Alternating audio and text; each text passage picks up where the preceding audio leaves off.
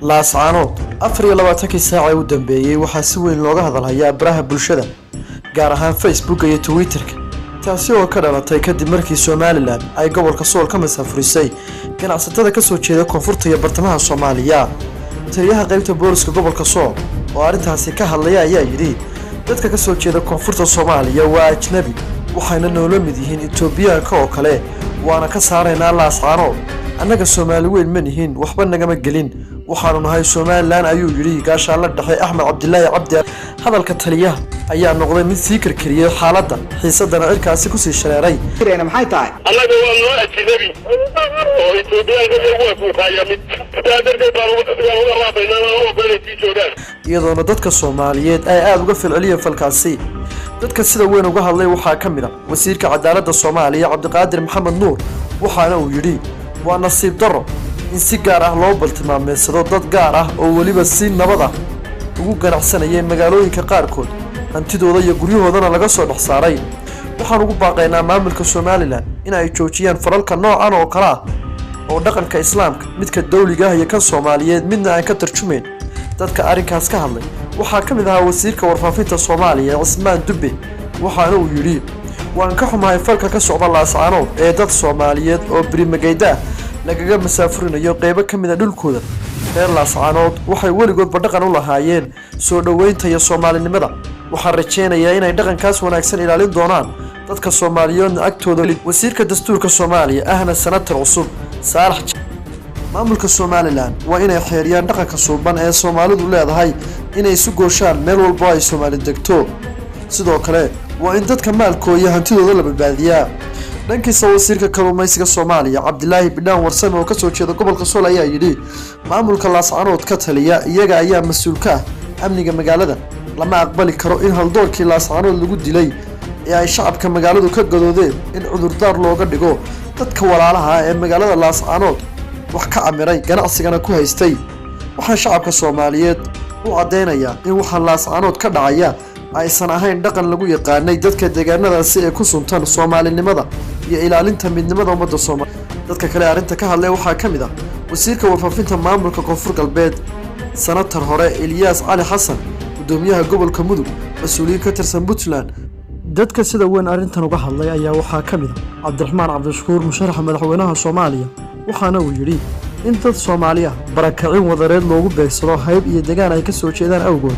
waa falxumo ka dhan ah dhaqanka Soomaaliyeed diinta Islaamka iyo sharciga caalamiga ah ee xuquuqda insaanka. dhankooda shacabkan ka soo jeeda deegaanada koonfurta iyo bartamaha Soomaaliya ayaa sheegay in waxa maanta lagula kacay ay yihiin wax ka baxsan bini'aadantinimada. anaga Maslax Ibraahim Maadi cilmi baa la yiraahdaa gobolka laascaanood saaka tan igu qabsatay hadeerna nolol naf ku jirto gaari saaran ma ahay waxa iigu wanaagsanaa inaan saaka Maslax baa laascaanood ku geeriyooray leegu yiraahdo ayaa ii dhaantay nolosha laascaanood saaka la igu qabtay weligay Soomaalina kama dhicin. saaka caruurtaas arkaysa anagoo iska jijiifna iska hurudna ayaa noo yimid war qofku bini'aadinka ee xoolaha hataa waa la qiimo loo yeela kuwaas saaka Ilaahay baan kugu dhaariyay tan isaaka afka halkan ba hadeer buskut lagu sii magaaladan Burtule markaan soo gaaray ayaa wallahi buskutki ugu horeeyay hadeer halkan lagu sii isaaqadoodii maanta 12 saasay ka dhigeen. waxa iga sii daran kubi xalay 5 saxaabeenimo ay guriga lagala baxay ay meel ay la tageen kuwaas iga sii daran. laascaanood 10 ruux baan ku dhalay 8 ruux gaarigan ay saarantay 25 sanaan joogay ma awiista ishaarkan aan ka wataa. dadka dega gobolka Sool ee arintan sida weyn uga hadlay waxaa ka mid ah Suldaan Mustafa Maxamuud Awseed oo ka mid ah madax dhaqameedka gobolka Sool isagoo sheegay in wax laga xumaado ay tahay in dad Soomaaliyeed sidaas loola dhaqmo. sidoo kale Sheekh Maxamuud Xaliike iyo boqor Khadar Cali Jaamac ayaa iyana si weyn uga hadlay arintaasi. ummadda Soomaaliyeed meel ay joogtaba waxaan u sheegayaa dhibaatada ka dhacday laascaanood ee dadkii magaalada deganaa ee Soomaalida ahaa ee ganacsatada ahaa ee deegaanka ahaa ee muddada badan dhulka deganaa ee hantida ku lahaa waxa lagu sameeyay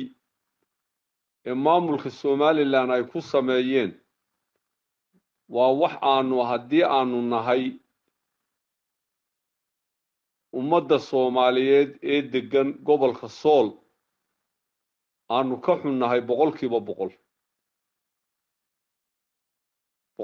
boqol baanu ka xunnahay waa wax qawaaniinta caalamiga ah ka baxsan waa wax islaamnimada ka baxsan waa wax ka baxsan Soomaalinimada lana arintaasi dhacday aad baan uga xunnahay ilaahayna subxaanahu wa ta'ala wax raali ka yahay maase wax u dhaceen walaalaha Soomaaliyeed arinta ku dhacday waa ka raali gelinaynaa waxaanu leenahay sidaas wax u dhacaan raali kama nahayn waa qofku ilaahay wuxuu yiri quraanka sayaj'alu Allahu ba'da usrin yusra culays dabadi ilaahay fudayd buu keeni doonaa ina ka dal doorsataan oo aad meel ka faa'iido badan tagtaan oo wax ka wixii idin ka dayacmay Allah idin dhameystiro weeyaan culimadu iyo dadku xagaradku inta waa hadlaya nin Soomaaliyeed baa laga sheegay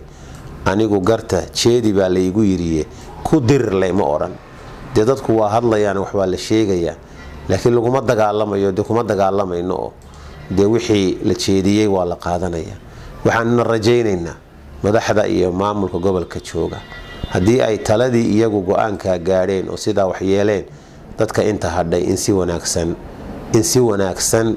loo dayactiro hantidoodana loo ilaaliyo intii tagtay ilaahayna looga cabsado wafti ka socda Somaliland oo uu hogaaminayo wasiirka arrimaha gudaha Maxamed Kaahin Axmed oo ay weelinayaan wasiirka warfaafinta Salmaan Cali Koore wasiirka gaadiidka Cabdirasaaq Ataash iyo xubno kale ayaa ku sugan Laascaanood balse ay warbaahinta ugu dambeysay markii ay magaalada soo galeen taasi oo muuqatay inay isweydiinayaan qaabka uga hadli lahaayeen falkan ay falcelinta badan ka dhalatay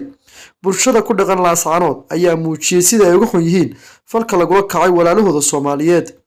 haddaba maaha markii ugu horeysay ee muwaadiniin u dhalatay deegaanada koonfur galbeed laga masaafuriyo magaalooyinka Soomaaliyeed balse arintan ayaa hore uga dhacday Puntland iyo Somaliland Mukhtaar Cabdi Jaamac wararka Hon Cable Laascaanood maxaa ku dhibay isticmaal Samtel si aad u heshid internet xad lahayn macmiil ku shubo internet ama ku hadal si aad uga mid noqoto 10,000 ee guuleystay helaya abaalmarino ay ka mid yihiin guri dhul geel ari dahab iyo hadiyado kale oo qaaliya haddaba kaga shubo ii dahab xidig hal eber hal 4 gees